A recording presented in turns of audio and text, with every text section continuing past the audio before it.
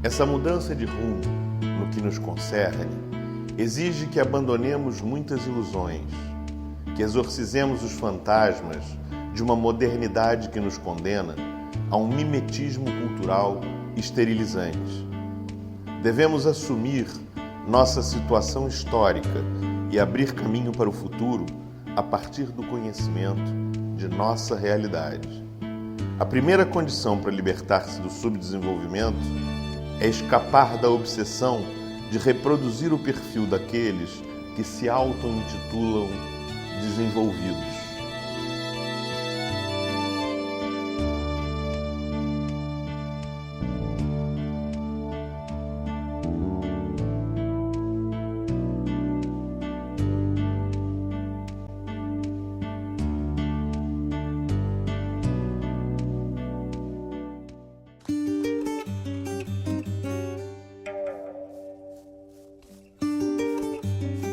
Nascido em Pombal, no sertão da Paraíba, em 1920, Celso Furtado preocupou-se com os grandes dilemas do mundo moderno, sem nunca perder de vista a sua condição de latino-americano, brasileiro e nordestino.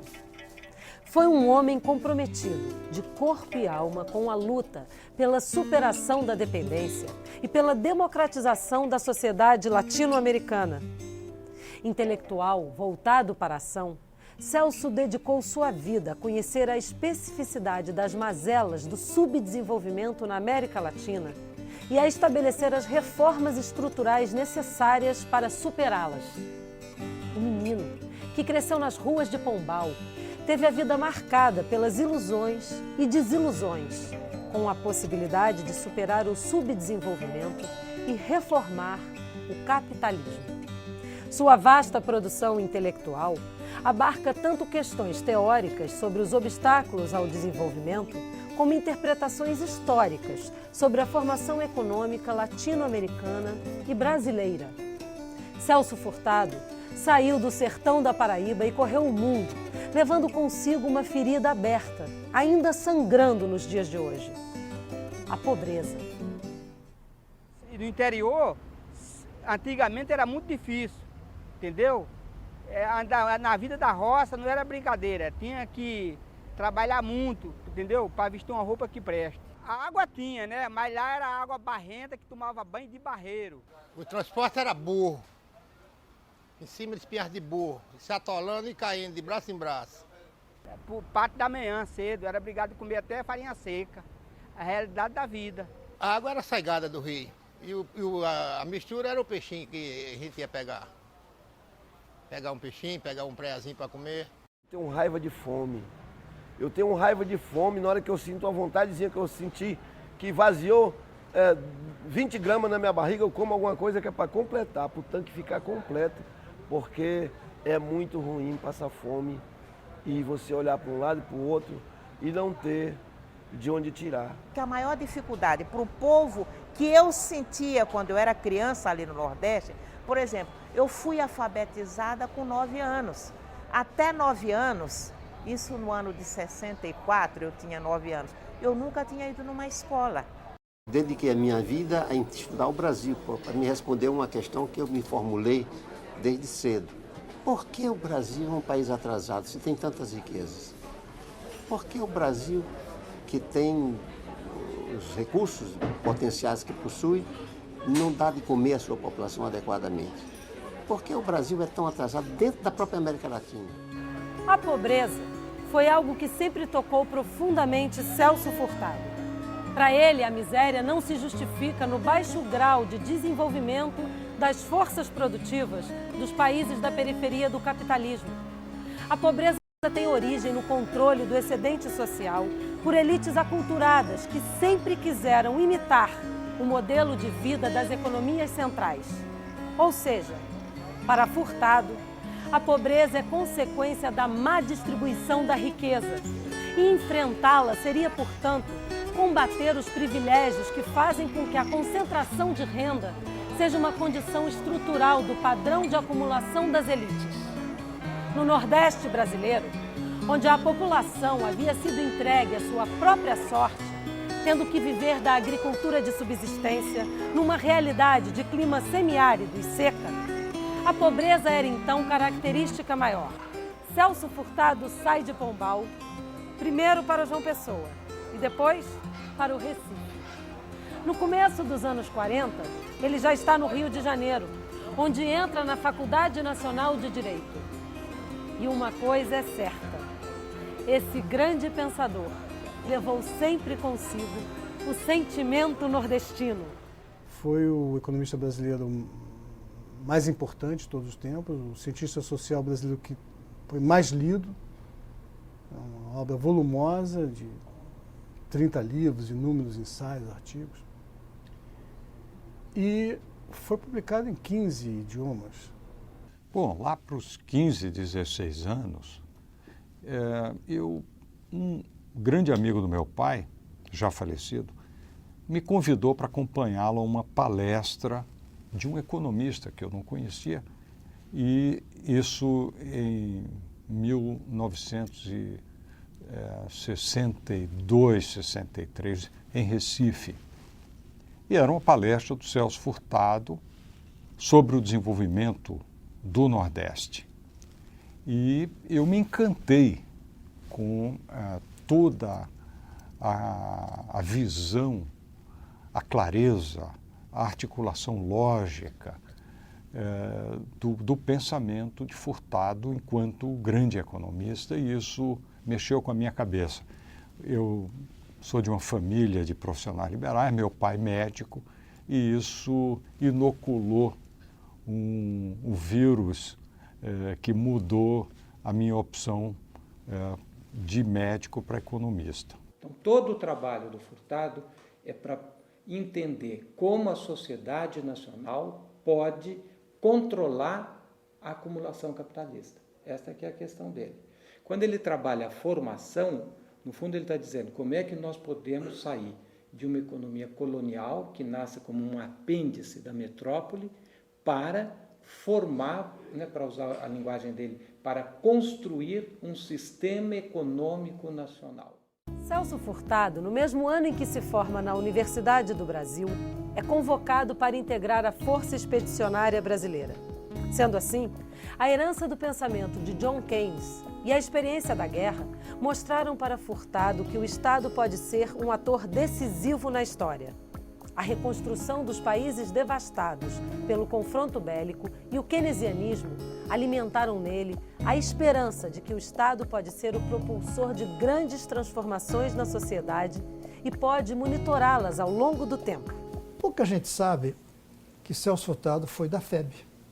Ele esteve na guerra, ele esteve na Itália como soldado.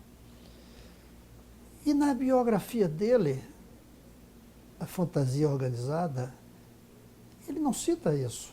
Eu perguntei, por que você não cita isso? Ele disse, porque eu não fui como voluntário. Eu fui porque o serviço militar me obrigou a ir. Ele chegou a ser ferido. Eu disse, por que não coloca uma coisa dessa? Ele disse, porque eu fui ferido não em combate. Eu estava num jipe indo de um lugar para outro, explodiu uma bomba. Isso era combate. Ele não desfilou na volta dos pracinhas porque achou que não tinha mérito para isso. Seria um homem modesto, mas cada vez que você estava junto dele, sentia que estava junto de um grande homem. Porque o Celso dominava a contribuição keynesiana com muita clareza, dominava a visão schumpeteriana, porque ele sempre sublinhava o papel da inovação e do progresso tecnológico. Ele dominava a visão de Marx, porque ele via a sociedade como uma estrutura organizada de classes e no Estado a representação de interesses econômicos, né? Ele, portanto, tinha uma visão holística que sintetizava grandes correntes de pensamento de uma forma muito clara. O grande mérito do Celso Furtado foi trazer a análise keynesiana para a interpretação da economia brasileira. É preciso lembrar que o Celso Furtado é um dos grandes autores da chamada Escola da CEPAL. Raul Prebisch argentino, Celso Furtado, brasileiro. Os dois trouxeram uma análise de Keynes, que sem dúvida foi talvez o maior economista do século XX, para a realidade latino-americana. Que Celso Furtado foi, do grupo inicial de fundadores da CEPAL, aquele que deu um salto de interrogação mais ambicioso depois da interrogação inicial. Porque a interrogação inicial era como é que se explicava a periferia subdesenvolvida do mundo. Mas Celso refletiu mais do que ele sobre a dinâmica interna de cada país. Digamos que os primeiros pensadores, o primeiro núcleo, o núcleo mais central da economia política da CEPAL, levou às últimas consequências a reflexão entre a dialética centro-periferia. E Celso, indo além disto, mergulhou o olhar para dentro da experiência histórica brasileira. E não foi só a brasileira, ele mergulhou também o olhar sobre a história argentina, ele mergulhou o olhar sobre a história da Venezuela, ele mergulhou o olhar sobre a história do México. Celso, na verdade, absorveu a história da periferia mundial. Vi as estatísticas e vi que o Brasil era um país atrasado, não só com respeito à Argentina, com respeito ao Chile, mas até com respeito ao México, né, e outros países da América Latina. Por que isso? E eu disse, então, cabe uma responsabilidade ao Estado brasileiro. O sentimento nordestino em Furtado não era apenas identificação por sua origem sertaneja. Para esse grande pensador, o Nordeste era a síntese do subdesenvolvimento brasileiro. Quando retorna de Cambridge, em 1958, o então presidente Juscelino Kubitschek o convida para trabalhar no BNDES, e Furtado propõe que seja criada uma secretaria no banco que tratasse especificamente das questões do Nordeste. Furtado demonstra a enorme dimensão de seu pensamento e seu otimismo e convence JK a criar a Superintendência de Desenvolvimento do Nordeste, a SUDENE. E eu lembro muito bem que eu consegui comprar, à época, um exemplar do famoso relatório Uma Política para o Desenvolvimento do Nordeste. É um exemplar hoje muito raro, porque a tiragem foi uma tiragem restrita. Relatório escrito pelo Celso Furtado em 1958.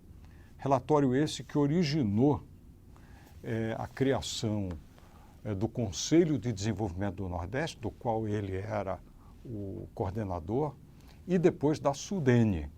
Uma obra clássica sobre o Nordeste, que é o relatório do GTDN. O GTDN era o Grupo de Trabalho para o Desenvolvimento do Nordeste.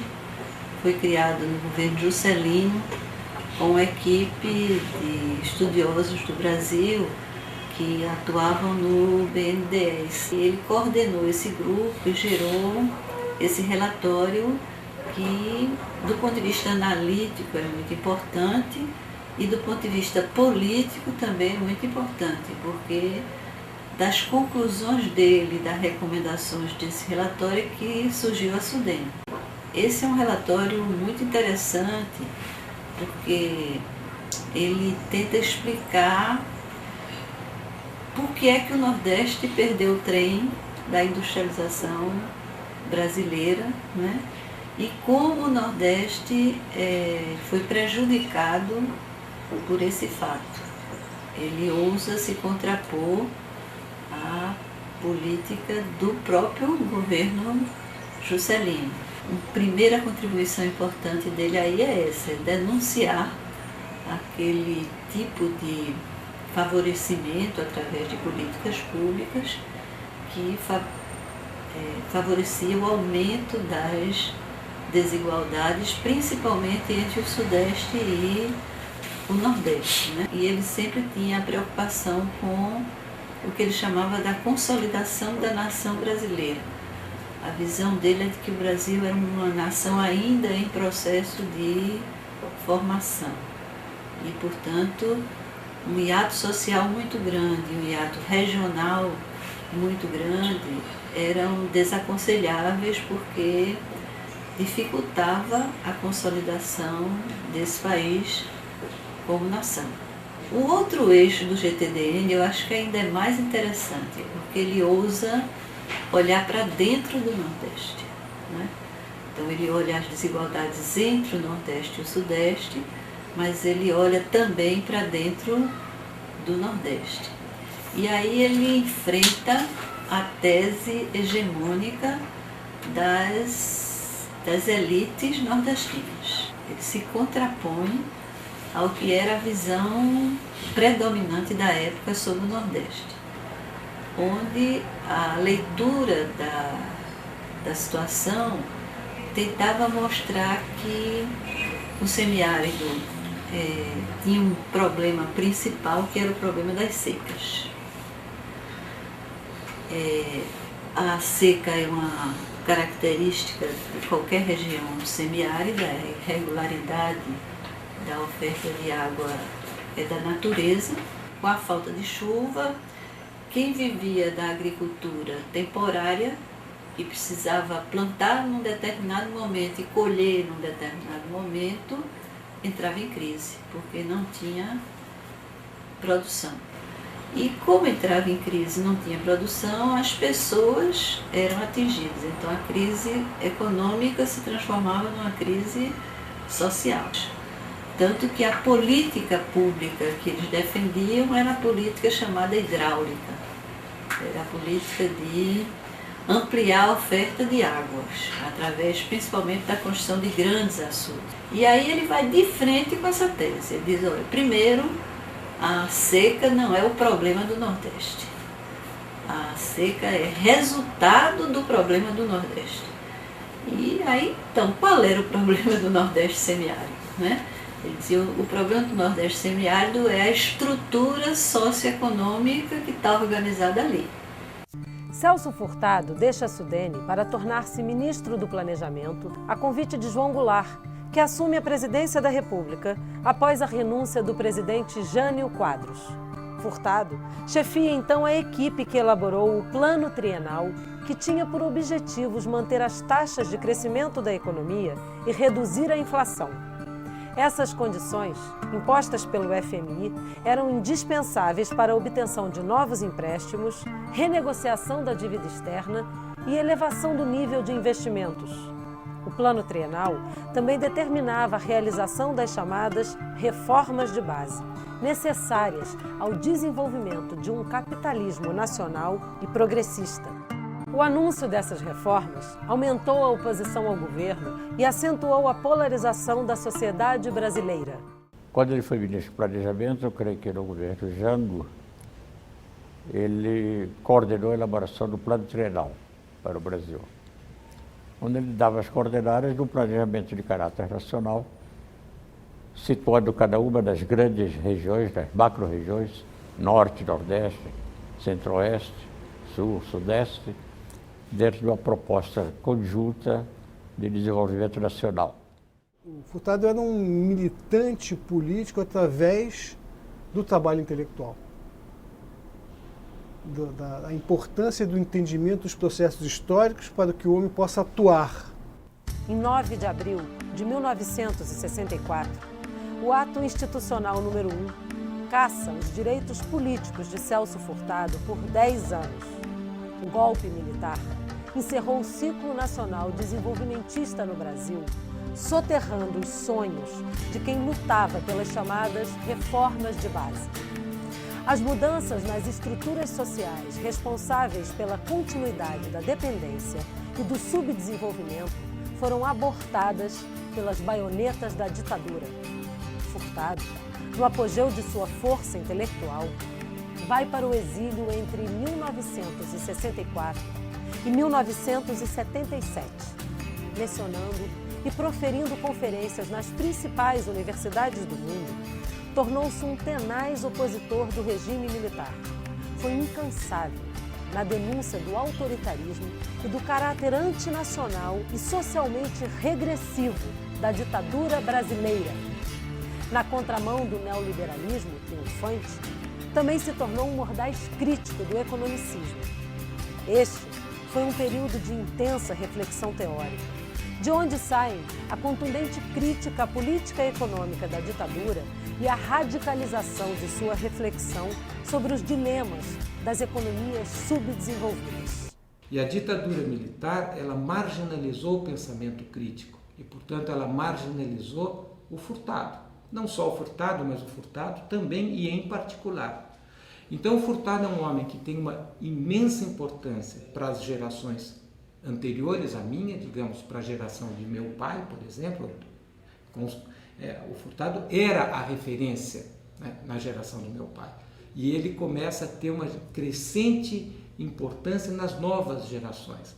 Eu, na universidade, constato um surpreendente interesse da juventude pelo pensamento deste homem, que é muito homenageado, mas muito pouco estudado e menos ainda aplicado. Mas é da saída lamentável do professor Furtado em 64 por motivos exclusivamente de ordem política. Ele vai para o exílio, especificamente mais demoradamente na França, embora tenha passado por países da América Latina, Chile, Estados Unidos, e lá na Sorbonne ele se consagra como uma referência internacional sobre desenvolvimento. Então, o Celso é um dos maiores teóricos sobre a teoria do desenvolvimento. O Celso Furtado deu uma extraordinária contribuição ao pensamento desenvolvimentista brasileiro. Ele foi o líder de uma corrente do pensamento desenvolvimentista, que é a corrente nacionalista. É genial a análise dele integrando a estrutura distributiva à estrutura de oferta. Isso é genial. Brilhante, foi uma grande contribuição que ele deu ao pensamento estruturalista.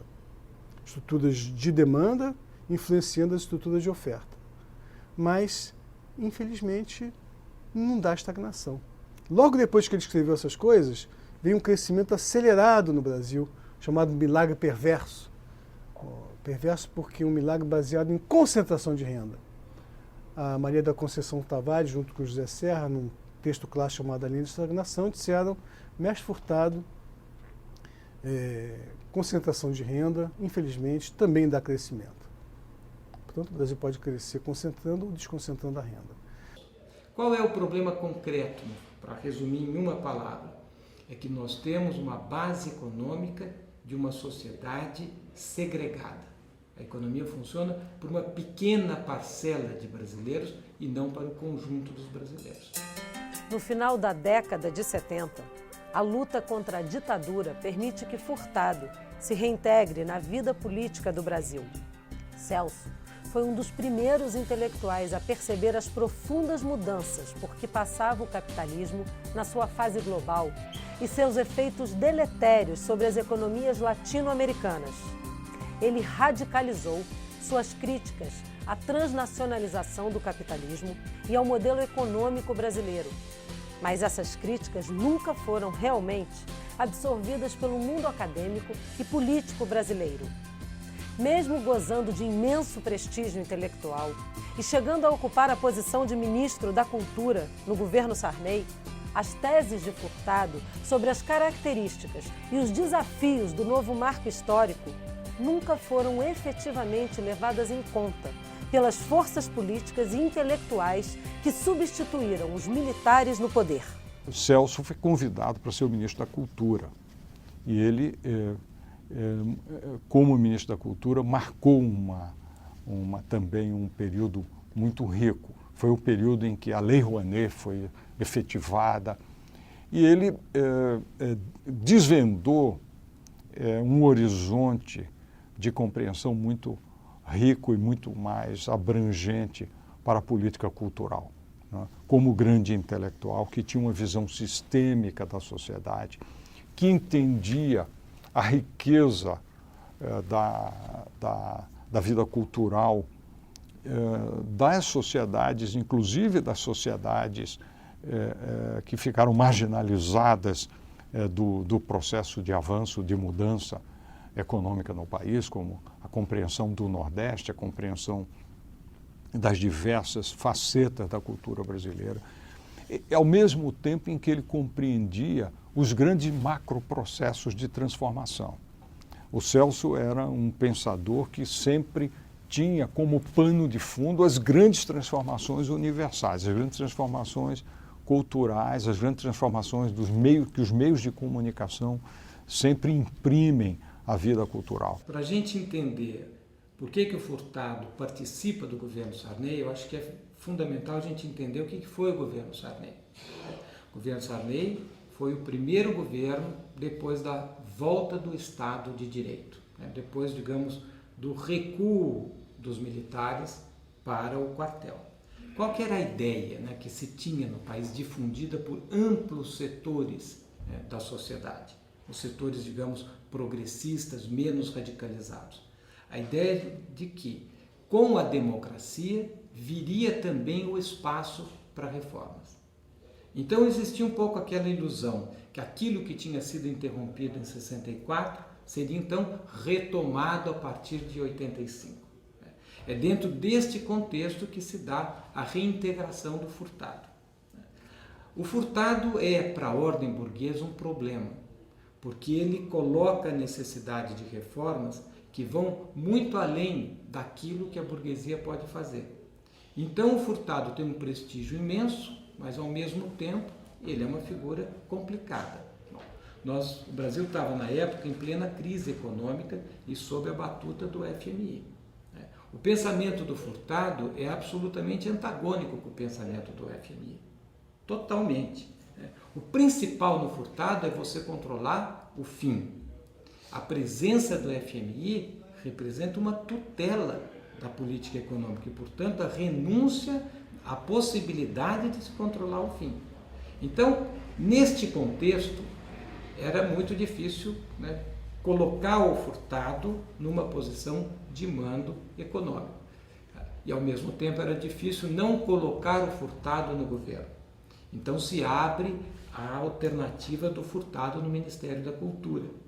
Do ponto de vista do Furtado, a cultura seria um ministério estratégico, importante, porque o Furtado dá grande importância para a identidade cultural. A redemocratização do Brasil não abriu um ciclo de reformas, mas representou, sim, a institucionalização da contra-revolução permanente que se instalou no Brasil em 64. E, portanto, o governo da Nova República era nova só no nome. Na verdade, era um governo extraordinariamente conservador. Não era para mudar o Brasil, nem no plano econômico, muito menos no cultural. Nos anos 70, eu abriria uma segunda fase do pensamento de Celso Furtado. Houve uma reunião de ecólogos em Roma, ecólogos do mundo inteiro, que mostraram, assim, uma forte preocupação com o destino da natureza, chamado Clube de Roma. O Clube de Roma vem a ser a reunião desses, inclusive economistas, que estavam preocupados com o desgaste da natureza em vários, sobretudo em pontos em que a civilização industrial tinha avançado muito, o problema da poluição. E chegaram a formular uma proposta que era a seguinte, uma proposta que já era radical naquele tempo, mas que com o tempo se verificou até sensata, que se todos os países do mundo, do planeta, tivessem como objetivo imitar e reproduzir o American Way of Life, reproduzir aquele estilo de vida que é das classes médias e altas dos Estados Unidos, do Canadá e das nações do Ocidente, o mundo não comportaria. Então iria haver, vamos dizer, um verdadeiro desgaste e explosão, no sentido de que não haveria recursos possíveis, porque o supérfluo tinha sido tão, vamos dizer, estimulado nessas sociedades industriais, com o automóvel e outros progressos, que a Terra já começava a mostrar assim cansaço, que não era possível continuar assim. Ou seja, que o modelo de desenvolvimento não deveria ser pautado sobre aquele tipo de consumo alto. Celso Furtado, nessa altura, tomou conhecimento do problema. Ele era um leitor assim, onívoro, lia de tudo. Eu me lembro dele lá em Paris, a gente via as coisas de história, de economia, de literatura, ele lia um pouco de tudo, ele tinha uma curiosidade assim, muito desperta. E ele leu, evidentemente, esse resultado e manifestou-se reticente em relação a isso. Ele disse o seguinte, aí no começo dos anos 70, que isso não iria acontecer, porque esse consumo alto, esse consumo, vamos dizer, expropriador da natureza, era próprio só das classes mais altas dos países mais ricos, que a grande massa de baixa classe média e ainda do operariado e do campesinato não tinha condições econômicas para usufruir desse consumo. Então não iria acontecer isto, né, por causa da disparidade de níveis de consumo. Dos meados dos anos 70, mas sobretudo nos anos 80, quando ficou claro, né, que a exploração da natureza estava, em termos planetários, atingindo também os países pobres, né? Atingindo os países pobres porque, evidentemente, as multinacionais vinham aqui e elas transformavam o Brasil no seu quintal, a América Latina no seu quintal, exploravam barbaramente, né, os minérios, a terra, o solo, o que fosse, né? Então, ele percebeu que era preciso retificar seu pensamento. Então, a terceira fase é aquela em que ele propõe um modelo de desenvolvimento que não seja de imitação.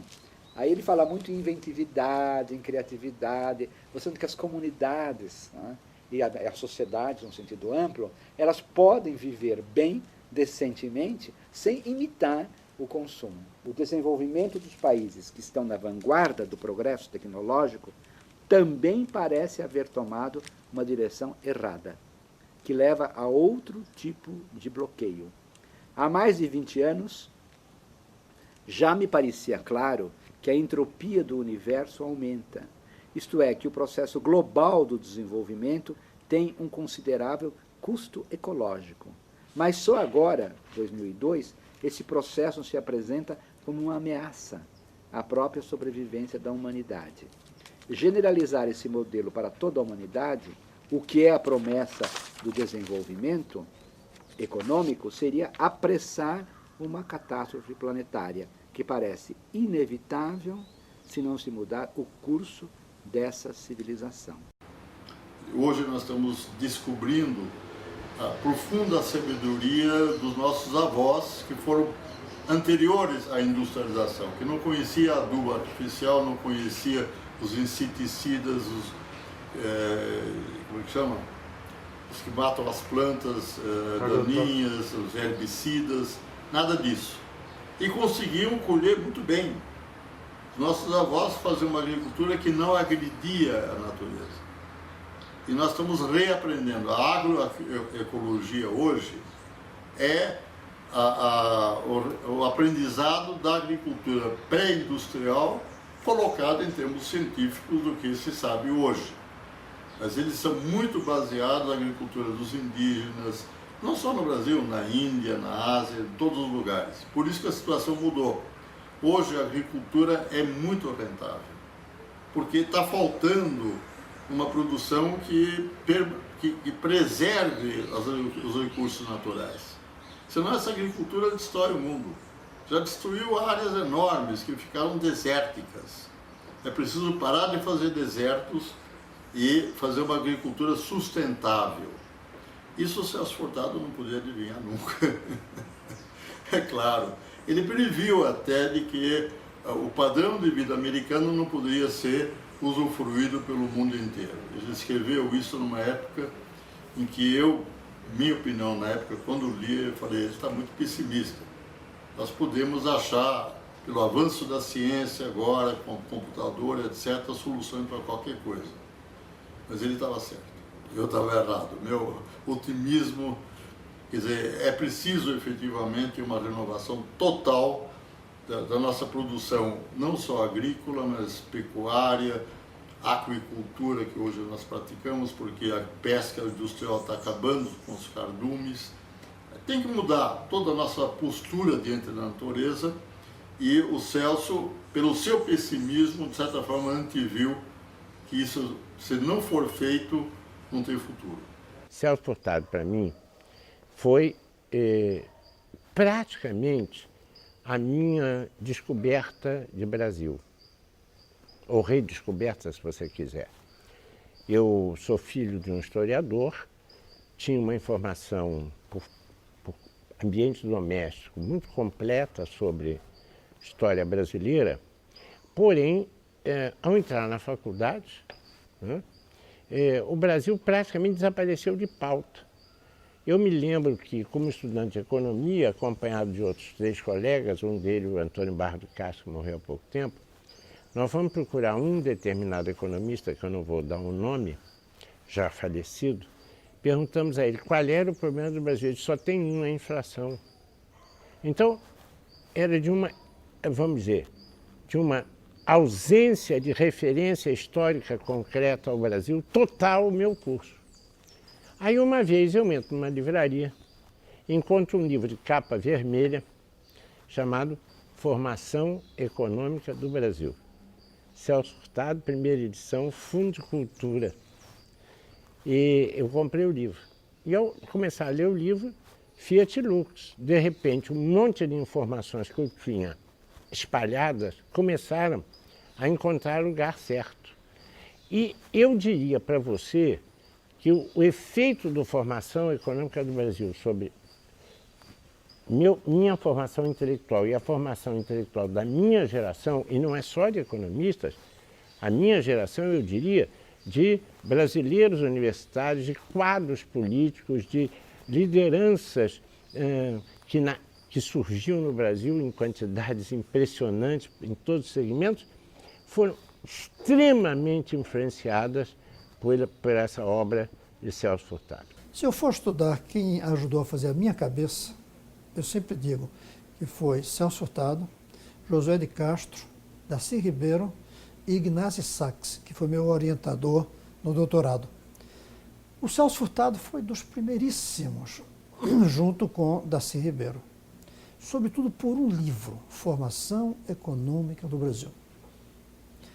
Tem livros que você lê porque gosta, tem livros que você lê porque mudam sua vida, e tem livros que você lê porque você gosta e mudam sua vida. A Formação Econômica do Brasil faz parte desse grupo. Celso Furtado, em 1957/58, não é que ele crie uma economia brasileira, mas ele cria um pensamento econômico brasileiro a partir desta sua contribuição. A formação econômica do Brasil é determinante. Até então, nós tínhamos poucos especialistas em economia brasileira e poucos estudiosos ou pesquisadores. É por isso que eu gosto de chamar esse livro Formação Econômica do Brasil de a obra-prima do estruturalismo brasileiro. Na verdade, por detrás disso tem um método, é um método histórico-estrutural de análise do subdesenvolvimento periférico latino-americano, que é de Prebisch e Furtado, devido à inclusão dessa dimensão histórica de longo prazo na percepção, na visão estruturalista. O estruturalismo já existia, já tinha sido criado, e o Celso Furtado, ao mesmo tempo, tinha escrito sobre história econômica brasileira. E ele juntou essas duas peças, colocou o ingrediente da abordagem estruturalista no exame, na sofisticação daquele livro anterior que ele tinha escrito. E saiu o belíssimo Formação Econômica do Brasil, que é responsável pela formação de muitas gerações. A análise das estruturas subdesenvolvidas aparece como referência teórica genérica para o exame das tendências históricas, constituindo um método que toma em conta o comportamento dos agentes sociais, a trajetória das instituições, etc. Na visão de Furtado, a globalização liderada pelas grandes empresas transnacionais, que ganhou um impulso a partir da segunda metade dos anos 70, constituiu uma perigosa ameaça aos fundamentos sociais, políticos e culturais da civilização burguesa. O problema fundamental decorre do fato de que, ao gerar uma grave crise social e um perigoso enfraquecimento do Estado Nacional, a sociedade fica sem instrumentos para submeter o processo de valorização do capital a uma racionalidade substantiva que leve em consideração as necessidades e os valores culturais da coletividade.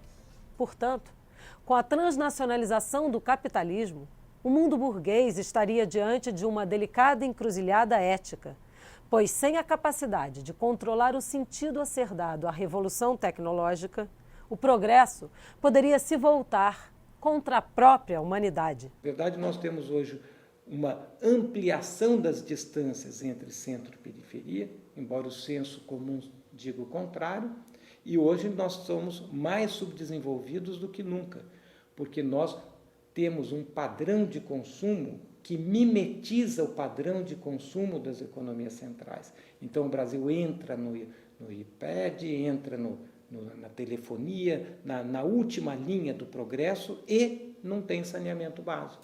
A rejeição das ideias reformistas de Furtado pelas classes dominantes e sua marginalização do debate nacional revelaram os estreitos limites da razão burguesa na periferia do sistema capitalista mundial. Sem ter como aplicar seu pensamento, Furtado amarga um longo ostracismo.